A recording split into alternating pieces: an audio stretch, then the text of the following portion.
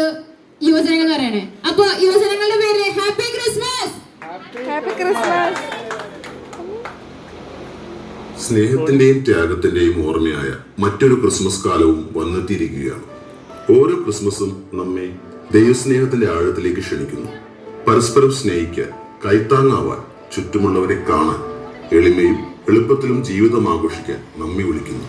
പരിശുദ്ധ അമ്മയെ പോലെ ഹൃദയങ്ങളിലേക്കും ജീവിതത്തിലേക്കും ക്രിസ്തുവിനെ സ്വീകരിക്കാൻ നാം തയ്യാറാണ്.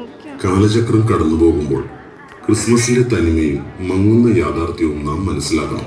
2000 വർഷങ്ങൾക്ക് മുൻപ് മഞ്ഞു പൊഴിയുന്ന രാവിൽ തന്റെ ഏകജാതന് വാസസ്ഥലം നിഷേധിക്കപ്പെട്ടപ്പോൾ ദരിദ്രനിൽ ദരിദ്രനായി രാജാതിരാജൻ കാലിത്തൊഴുത്തിൽ ജാതനായി. ആ രാജാവിന്റെ ജന്മദിനം നാം ആഘോഷിക്കുമ്പോൾ അതിൽ ക്രിസ്തുവിന് നാം സ്ഥാനം കൊടുക്കുന്നുണ്ടോ എന്ന് ആത്മപരിശോധന ചെയ്യാം. ഇതാ തന്റെ പിതാവിനോടും മാതാവിനോടും സ്വർഗീയ മാലാക വൃന്ദങ്ങളുടെ അകമ്പടിയോടെ കടന്നു വരികയാണ്. അത്യുന്നതങ്ങളിൽ ദൈവത്തിന് മഹത്വം, ഭൂമിയിൽ സന്മനസ്സുള്ളവർക്ക് സമാധാനം. അന്നൊരു നാളിൽ മിന്നണ രാവിൽ കന്നാലിക്കൂട്ടിലൊരുണ്ണി പിറന്നേ. മഞ്ഞണിപ്പൂക്കൾ പുഞ്ചിരിക്കുമ്പോൾ മണ്ണിന്റെ നായകനുണ്ണി പിറന്നേ.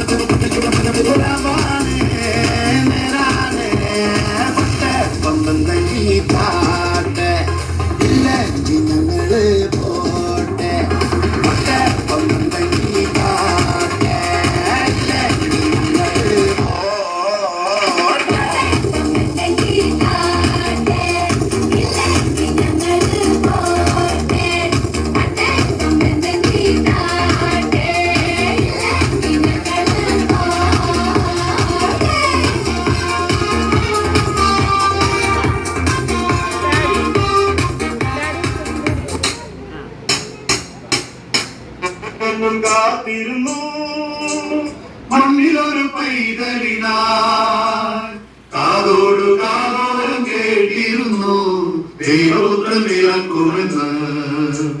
കണ്ണും കണ്ണും